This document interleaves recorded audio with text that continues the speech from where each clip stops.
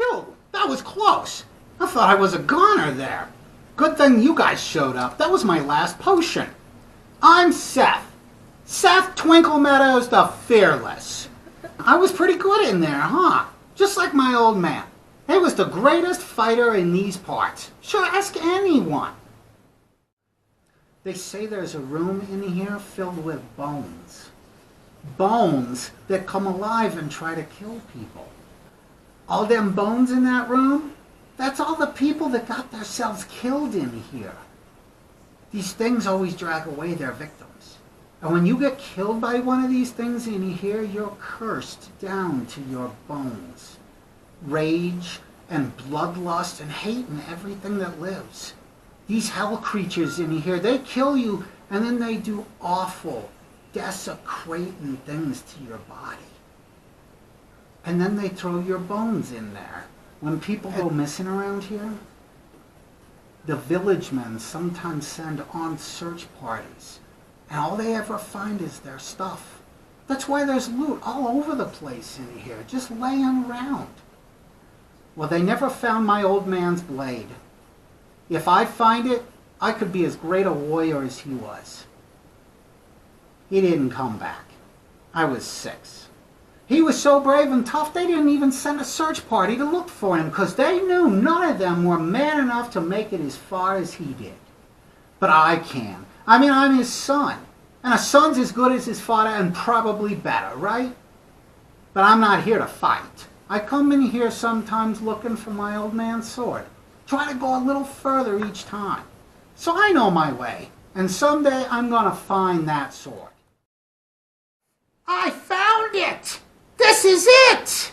I'd know this sword anywhere. It's just like Mama always described it. I found it. I really found it. I'm going to be the greatest warrior ever.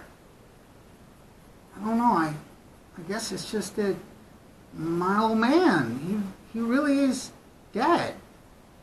I was kind of glad I couldn't find it.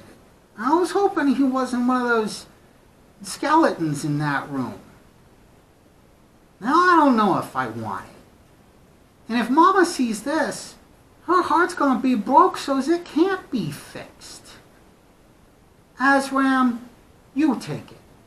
Maybe we'll fight together again someday, and you can let me use it then.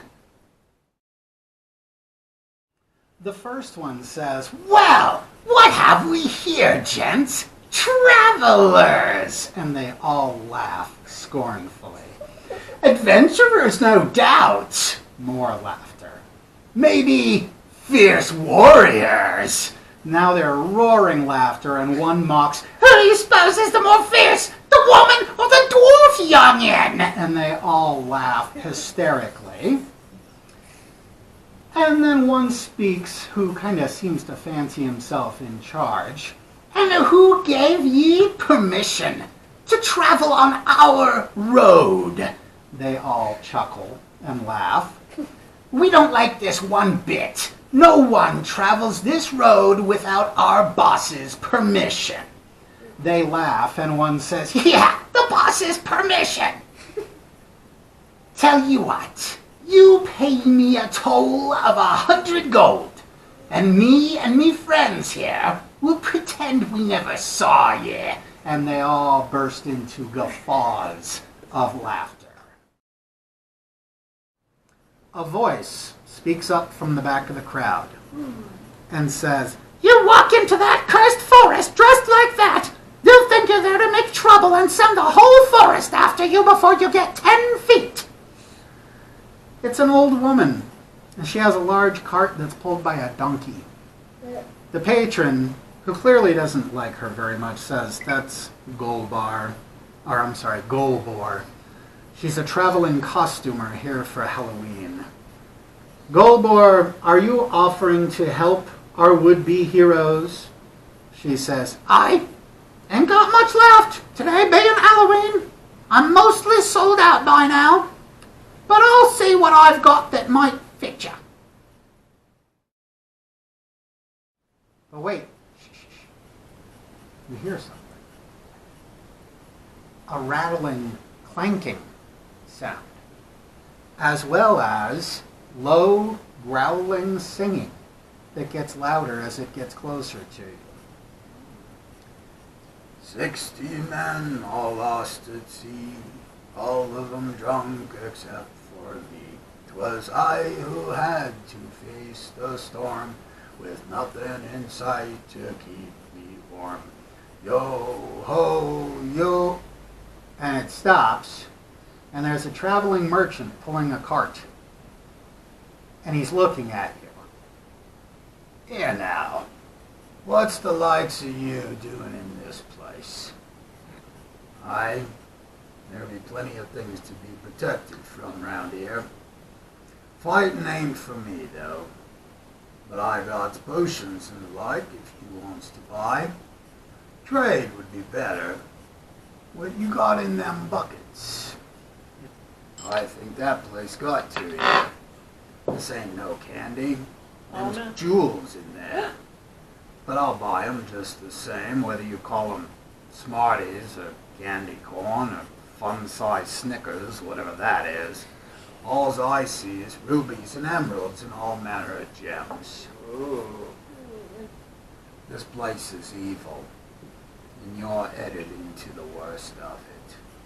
That way lie the mist and madness.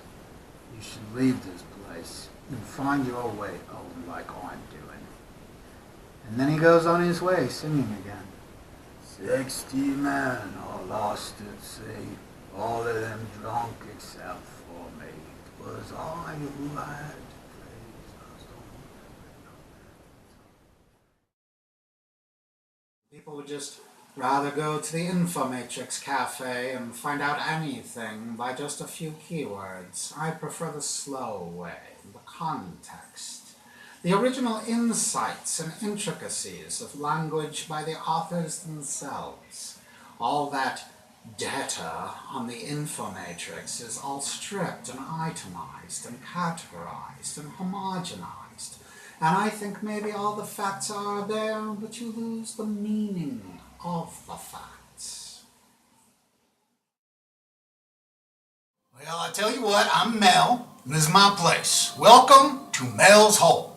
We may not have all the glamour and technology of them other parts, but if you're no nonsense, meat and taters, and be on your way, we're the place to be. Now, I tell you what, any friend of Jex's is a friend of mine. Water showers are on me. Now, I'm serious. It's on the house. So how long you known Jex? Oh, gee, 5, 6 years. He drops in 3 or 4 times a year. Good guy, solid, dependable. Good drinking, buddy. I could tell you some stories, I tell you what. What kind of stories? Oh, son, I don't think you want to know. Ain't like there's much to do around here, but we found it every time, I tell you what. I've known a lot of corporation folk, and I tell you what, no one is as dedicated as those doulos folk. Seems it's all they care about. The job, the company, and how great it is. They won't change their minds, and they won't change the subject, I tell you what. Well, no, what you gonna do now that your captain's gone? I tell you what, that doulos card should get you anything you need. Might as well finish the job, it's what you signed up for, as I understand it. I tell you what, you don't make money sitting at home now, do you? Hey, Dunny, look! It's Daulos people! It's been a while. I thought we run them all off for good. Yeah, I hear every one of you is either a murderer or insane. Is that true? Oh, right. You wouldn't know because you all have amnesia. Yeah, isn't that convenient? Well, we don't want murderers or crazy people here. You know, this is real easy. You just get on that ship and leave, and this whole scene ends right now. I understand our shipmate was arrested. Yeah, I got one of y'all's boys in a cell back here. So what are the charges? Well, now I can't actually make any formal charges until the sheriff gets back in town. I saw a disorderly, I saw a firearm, and so I took him in. The other 2 participants fled the scene. But I know those boys, and I know it won't be long till they're in trouble again. So when does the sheriff get back in town? He should be in the morning, first light. Okay, and then what's the procedure? Well, I have a written statement for the sheriff. He'll read it and decide what charges need to be made. And then what happens? Well, it would be an assault charge, and that would mean waiting on the circuit judge to come by, or if the sheriff thinks it's urgent, he'll send a message out to the county court, and they'll send a comm to the circuit judge out in Law Cosinas, and they'll probably send a judge our way no more than 2 to 3 days. Is there any proof that it wasn't self-defense, and is self-defense a reasonable reason to be involved in a fight? Now I saw the 3 of them, and I only saw one of them with firearms. So I don't know if it was self-defense. Well, aren't firearms legal on this? Yeah. It's not a In this question. place? It's not a question of possessing. It's a question of wielding.